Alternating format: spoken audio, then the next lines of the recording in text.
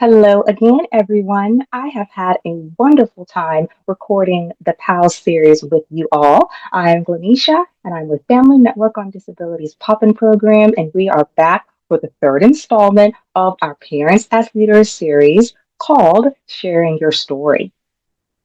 This third module in the series, called Sharing Your Story, aims to empower parents in finding their voice for positive change, enabling them to effectively share their personal narratives within the community.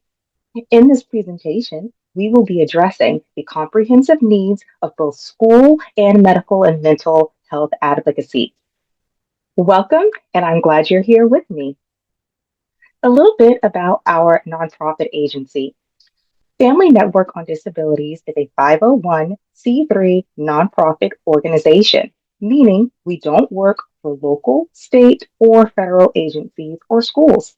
We are funded in part by the U.S. Department of Education and the U.S. Department of Health. We are a free service because of grants. We are the statewide Parent Training Information Center, known as the PTI, and the statewide Family to Family Health Information Center.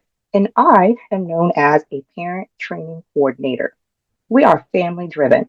We were founded in 1985 by parents of children with disabilities who came together for mutual support and sharing of information.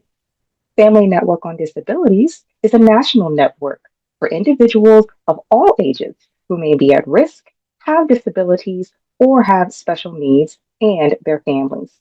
We also serve professionals and concerned citizens. F&D is unique due to the majority of our board members, management staff, and all field staff have family members who are persons living with disabilities. Let me give you a clear understanding of what we do and what we don't to ensure there are no misconceptions about the services we offer and the areas where our expertise lie. We do not, as our disclaimer states, we are not attorneys, doctors, or mental health professionals. The following information is not legal or medical advice. However, we do share information, resources, and supports for you and your family. Information is research based to create our trainings, and we always encourage collaboration with schools and agencies. So let's dive in to part three. Before we get deep into this discussion, I want to address something called imposter syndrome. We must understand its influence to ensure it doesn't hinder our ability to share our stories authentically and confidently. What is imposter syndrome? Imposter syndrome is a psychological pattern where individuals doubt their accomplishments or talents and have a persistent, often internalized fear of being exposed as a fraud. Even with clear evidence of their abilities and accomplishments, they still believe that they don't deserve the success they've achieved. This phenomenon isn't limited by the level of success, and many high achieving individuals feel it. It often leads to feelings of self doubt and fear of being exposed as a fraud despite evident successes. Relevance to sharing your story. When sharing personal experience or achievements, the fear of not belonging or measuring up can deter individuals from speaking out. Overcoming the fear. We must recognize that everyone has a unique journey and that your experience, no matter how big or small, have value. Your story can inspire, motivate, and resonate with others. So let's talk about our agenda. In this presentation, we will delve into the following topics to assist you in sharing your story effectively. Sharing my story. Why? History of parent advocacy. Creating your story. What strategies, platforms, and practice you will use. What barriers might you experience? Some challenges and privacy issues. Sharing your experiences has the potential to create a meaningful impact by raising awareness and advocating for change. By sharing your experiences, you can help to push for policy and legislative changes that improve the lives of others. Personal stories can be powerful tools for advocacy, helping to illustrate the impact of policies and practices on real people's lives and decision makers. Connect and inspire others. Sharing stories with others can connect you to a community and inspire others to pursue their dreams and goals. Personal stories can be a source of inspiration for others, showing that it is possible to overcome challenges and achieve success despite disabilities. By sharing their stories, parents with disabilities can inspire others to pursue their dreams and goals regardless of any obstacles they may face. Reduce stigma. Children and adults with disabilities often face stigma and discrimination, both from society at large and within the disability community itself. Sharing your story can help to break down these barriers and reduce stigma, promoting greater acceptance and inclusion. Promote better support and resources for individuals with disabilities and their families to connect with others. Sharing personal stories can help parents with children with disabilities to connect with others who have similar experiences. This can be a source of support and encouragement, helping them to feel less isolated and more empowered to advocate for their children and themselves. These connections also lead to sharing important information and resources. I want to circle back to reduce stigma. I'm living with rheumatoid arthritis. It is often called an invisible disease, as many autoimmune diseases are invisible because you often cannot see what we're dealing with on a day to day basis. Those who live with rheumatoid arthritis and other inflammatory autoimmune diseases live in a phase of almost chronic inflammation if our disease is not under control. We experience a lot of pain and fatigue and brain fog, but often we look extremely healthy. A lot of people who are not aware of autoimmune diseases don't seem to understand the pain that we go through, especially those of us who are younger in age. I'm 40 and I have been living with rheumatoid arthritis for nearly 20 years. But often I will hear people say, oh, we're going to let the young people lift the heavy stuff. Oh, you're young, you can do it. But they don't understand that I cannot do everything that somebody my age 40 or so, could normally do because I have an autoimmune disease. So it's very important to share my story to reduce the stigma and help people to understand that I do live in pain each day, even though you can't see it. And yes, sometimes I need to take a break. Sometimes I need a nap. And no, I'm not just lazy. I actually have a disease that I'm living with that causes me to have to deal with these issues on a day to day basis. So it's very important to make sure that you educate yourself about other people and share your story to reduce the stigma. We want to make sure that we help everyone become as knowledgeable about things that they may not deal with in their day to day lives. Let's talk about the history of parent advocacy. This timeline will provide a historical perspective on parent advocacy and support groups for families of individuals with disabilities, highlighting the progress and challenges that have shaped the current landscape of disability advocacy and support. Understanding the history of parent movement, excuse me, let me read that again. Understanding the history of the parent movement is crucial for us parents, as it provides valuable insights and context for our journey. Here are some key milestones in history of parent advocacy and parent groups for persons with disabilities. The 1940s through 1950s. During this time, there was a growing awareness of the needs of children with disabilities and the lack of services and support available to them. Parents began to organize and advocate for their children's rights, forming groups such as the ARC, and the ARC is still around today. 1960s through the 1970s.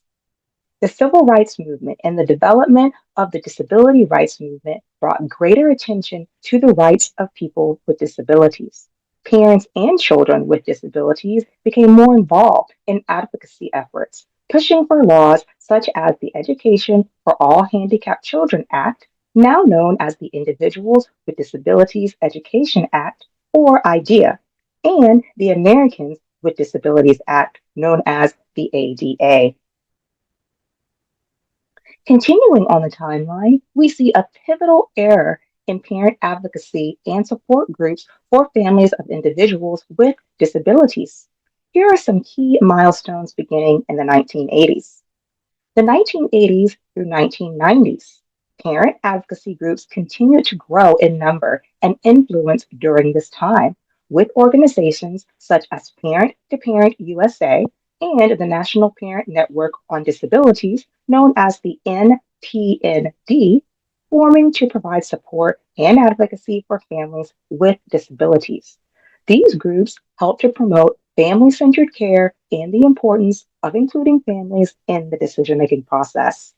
1985, FND, Family Network on Disabilities, was founded by a group of by a group of parents of persons with disabilities who came together for mutual support and understanding. I want to read that again to make sure we understand.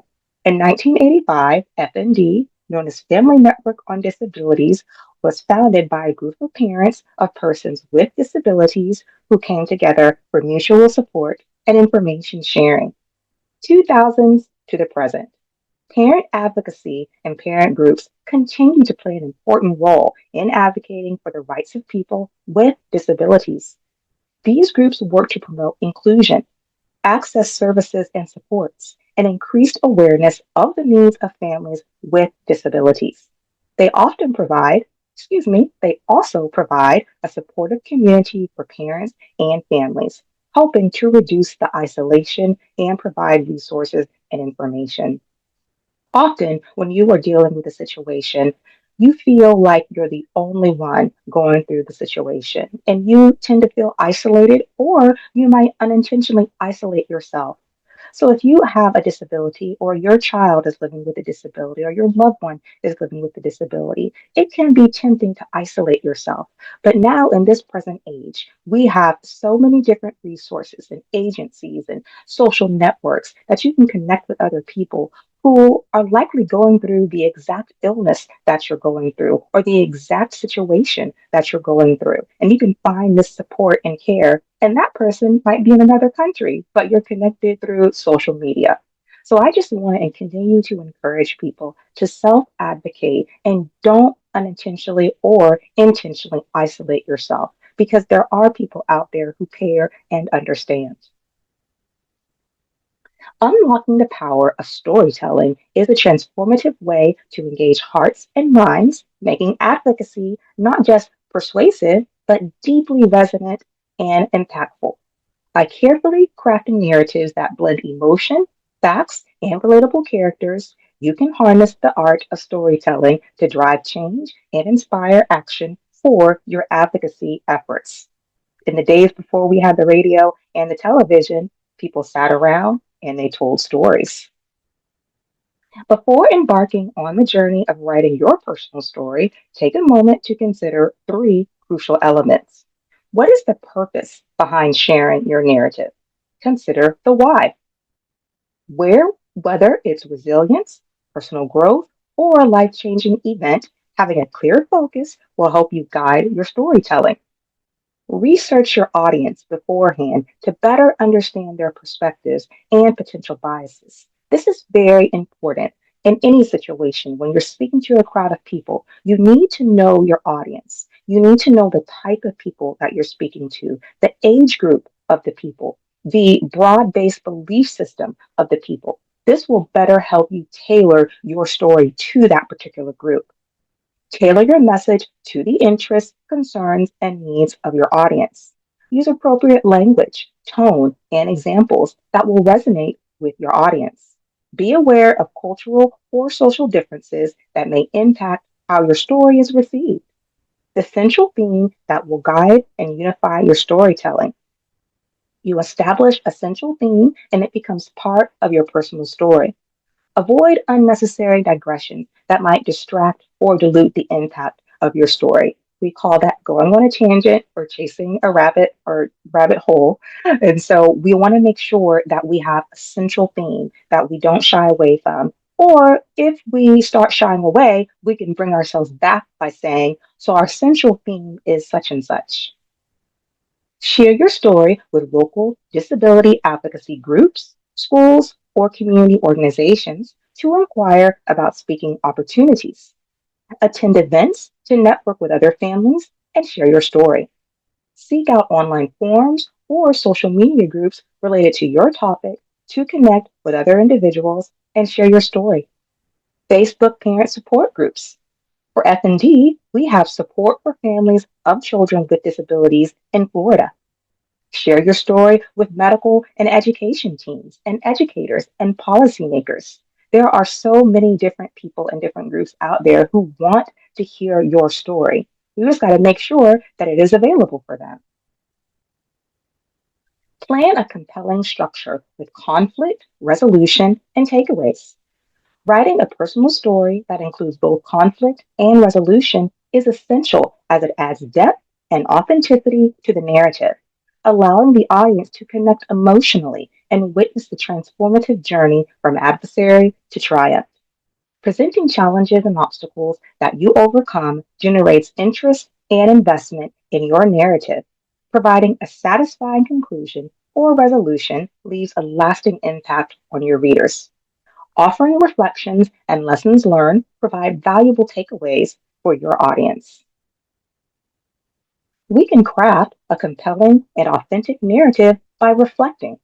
Start by reflecting on your experiences, challenges, and triumphs.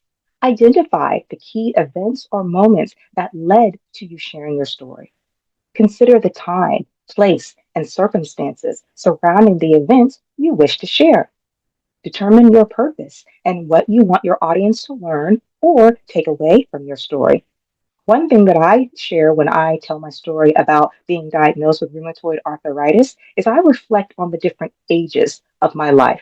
There are specific ages that really go well with my story. For example, the last time I remember not feeling any pain is about age 21. The age that I remember feeling so much pain, out of control pain, was age 26. Age 32 is when I got the diagnosis. And so I often will have my story shaped around the ages and reflect in that way. Use the power of emotions by sharing personal anecdotes, feelings, and struggles. Use specific examples from your own experiences to illustrate your points. Paint a vivid picture with descriptive language to help your audience visualize the scenes and emotions of your experiences. Be authentic. Your personal story should come from the heart. Be honest and open about your experiences, both positive and negative. Authenticity is the key to build trust with your audience and inspiring them to take action. Focus on the positive. Although having a child with a disability can come with challenges, it is important to focus on the positive aspects of your story. Highlight the strengths and resilience of your child and family. Show your experiences have made you stronger and more compassionate people. Show growth and transformation. Illustrate how your experiences have shaped you and led to personal growth or transformation. Share the lessons you've learned along the way. These principles will transform your storytelling into a powerful tool for driving positive change. And we're going to talk about these. Your shared story can inspire positive change within the disability community. Highlight moments of triumph, resilience, and empowerment in your narrative, aiming to motivate others and foster a sense of hope and possibility. Your story can also foster understanding and empathy by sharing authentic stories that provide insight into the experiences of individuals with disabilities and their families. Share your story with honesty and openness. Embrace vulnerability as it allows others to connect with your experiences on a deeper level. Another thing that I include in my story when I talk about having rheumatoid arthritis is the conversation my doctor and I had about starting infusions. Infusions is a more progressive treatment for rheumatoid arthritis, and I fought my doctor on it for many years. And we had a conversation one day in his office, and I started crying. And I often share this with people because it helps them to know that I went through struggles living with RA. And it helps them to know that I have a doctor who really cares. Panama City is very small, and many of us who have autoimmune diseases see the same doctors. And so, knowing that you have a doctor that cares is also very important. And it lets people know that I'm human. I am not a machine who's living with rheumatoid arthritis. I'm a human. I'm living, I'm breathing. I have pain and I have things that hurt me. And having to transition to a more progressive treatment for the RA was hard for me to accept. But I am very glad that I did it. Sharing your story with honesty and openness. Embrace vulnerability as it allows others to connect with your experiences on a deeper level. I believe I read that already. Promote inclusivity. Promote inclusivity and challenge stereotypes through your storytelling, aiming to break down barriers and build bridges of understanding. Your story can be a powerful tool for building a sense of community among individuals with disabilities and their families. Share stories that highlight common experiences, challenges, and triumphs, creating a space where individuals can relate, support one another, and feel a sense of belonging. And that's what we all want, is to feel like we belong. In today's digital age, we have the opportunity to share our stories on a myriad of digital platforms, alongside the enduring effectiveness of traditional mediums like TV, radio, and in person events. This broader range of options allows for a wider, more diverse audience to connect with us and be inspired by our personal narratives, whether through written narratives, on blogs, or engaging video content through vlogs. Blogging involves creating written content on a blog website, while vlogging entails creating video content shared on video platforms like YouTube. So I'm saying blog as in boy, blog, and then vlog as in vehicle. Digital platforms include Facebook, share personal stories and experiences through written posts, photo albums, or videos on your personal or community pages. Instagram, use Instagram posts and stories to share snippets of your child's life and your experiences as a parent. YouTube, create vlogs or videos to share personal experiences, challenge, and triumphs related to raising a child with a disability. Reddit, various subreddits allow users to share personal stories and experiences within specific communities. Pinterest, it's one of my favorites. Users can create visual stories by by sharing images and links related to their experiences and interests. Tumblr, a microblogging platform where users can share personal stories and content in a visually appealing manner. Support group forums. Join online support groups or forums dedicated to parents of children with disabilities to share and connect with others who can relate to your experiences. Parenting websites. Some websites offer sections or forums where parents can share their stories and contribute articles related to parenting children with disabilities. Podcasts. I am a lover of podcasts. Participate in or start a podcast to share personal stories, advice, and insights about your child's disability journey. Earlier this year, I had the wonderful opportunity to be a part of an agency's podcast and share more about Family Network on Disabilities, as well share about the disability that I'm living with. And it was a wonderful experience.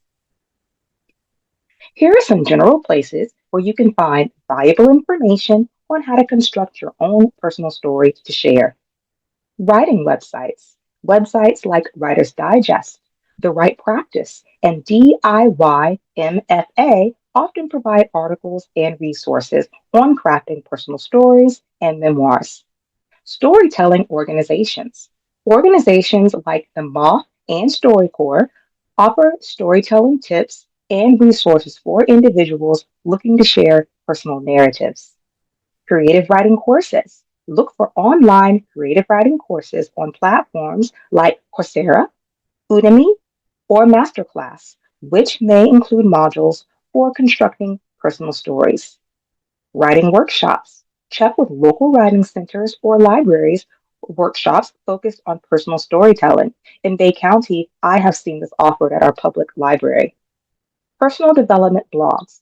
Some personal development blogs or self improvement websites may offer advice on crafting and sharing personal stories. Online writing communities. Join writing communities like Reddit's writing or Goodreads writing groups where you can find discussions and tips on storytelling. TED Talks, the Art of Storytelling playlist. TED Talks often feature speakers sharing insights on storytelling techniques and personal narratives. There have been some very powerful TED Talks that have gone viral in the past, so this would be a great resource. Books on writing personal stories. Explore books on writing memoirs and personal essays written by experienced authors, which can offer guidance and inspiration. To find these resources, simply search for the provided titles or keywords in your preferred search engine, Google, Yahoo. Always ensure that the websites or courses you choose are reputable and aligned with your storytelling goals. Remember, crafting your personal story is a unique and creative process, so explore different resources to find the guidance that resonates with you. The significance of practicing your storytelling skills to build confidence cannot be overstated. Practice, practice, practice.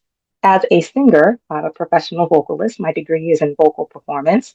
Practicing was a priority. It was number one, something that I did every day, sometimes twice a day. And you'll want to do the same for learning to share your story. Practice telling your story to friends, family, colleagues who trust to give you honest feedback. I'm sorry, let me say that again.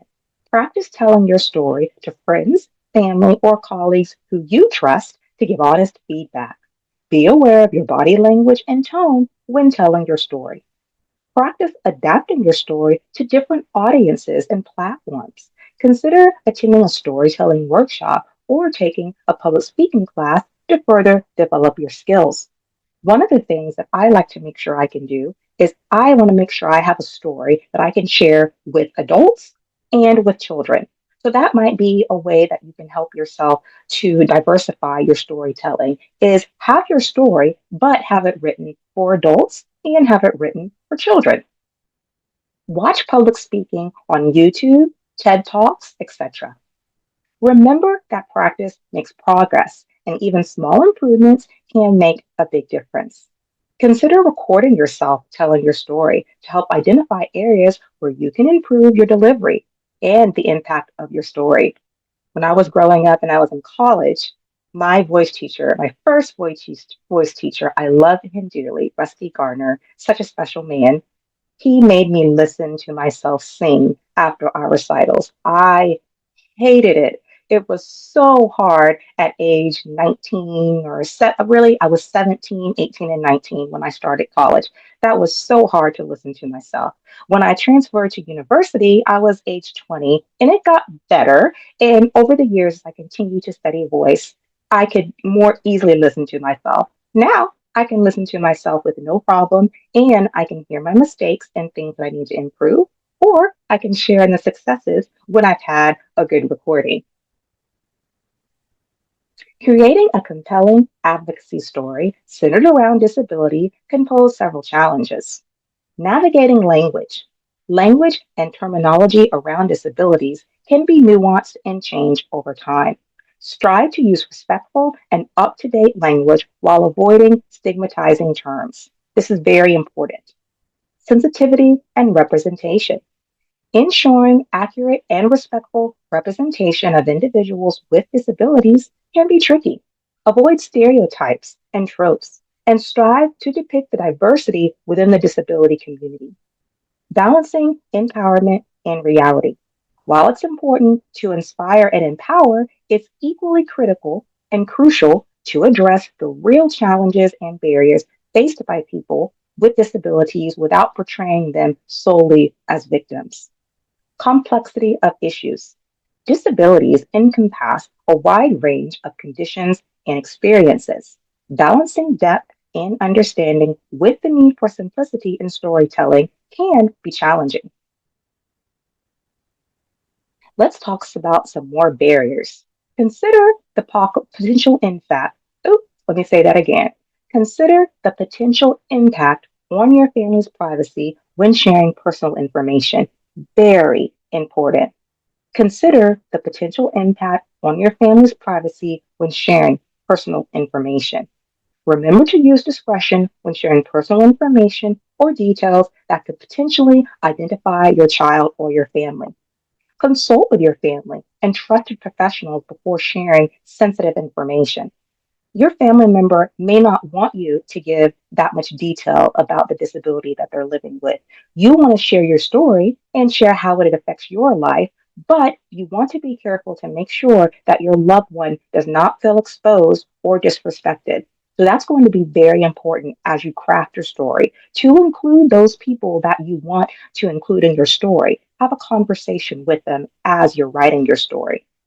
Be aware of the privacy policies of any platform or organization you choose to share your story with. Only share information that you are comfortable with others knowing. Remember that it's possible to share your story without revealing every detail, and you have the right to control how much information you choose to disclose. Consider using pseudonyms or altering identifying details to protect your family's privacy. Success stories. Providing families with success stories examples that they could use as a foundation for their story. Very, very important. Robert McKee states storytelling is the most powerful way to put ideas into the world today. I definitely agree. Thank you so much for coming to this short presentation on Module 3 of our PAL study. Here are programs that are housed under our family network on disabilities. Each program provides a unique service to a specific population. TTI stands for Parent Training and Information Centers. We are funded in part by the U.S. Department of Education Office of Special Education Programs, known as OSEP. We have Poppin, which is my area, serves North Florida, known as Parents, offering parents information and networking. PSN serves Central and Southwest Florida, known as Parent Support Network. Penn serves Central and Southeast Florida, known as Parent Education Network. And our Family Star program, funded by the U.S. Department of Health under Health Resources and Services Administration. Family Star assists families of children and youth with special health care needs to make informed decisions about health care for their children. Inside F&D, we also have our Special Needs Trust. Our Special Needs Trust provides comprehensive special needs trust services, including services as a trustee, co-trustee, or trust administrator. We handle all types of special needs trusts. And Dadvocates. Dadvocates is a network of dads that promotes the involvement of fathers in the lives of their children with disabilities. This program is intended to help provide father to father support throughout Florida. We can provide your group with specific workshop topics, or you can just meet for father to father networking, community outings, information and resources, or find help with personal coping. And finally, I want to share with you resources that are available to you. If you will visit www.fndusa.org, you will be able to find numerous downloadable resources. These downloadable resources can be found in English and in Spanish. We also have social media, very active on Facebook and Instagram, as well as YouTube. And then we have our F&D University. It's a non-accredited online system specifically designed to help parents and professionals learn about special education at their own pace. And this is also at fndusa.org/FND University /. Thank you again for coming to this presentation. I would love to have your feedback. So I encourage you to scan the QR code that you see on the slide and give us some feedback. Let us know what we're doing well and the areas in which we can better support you and our families. Take care, and I look forward to seeing you next week for Module 4 as we wrap up our Parents as Leaders series. Take care. Bye bye.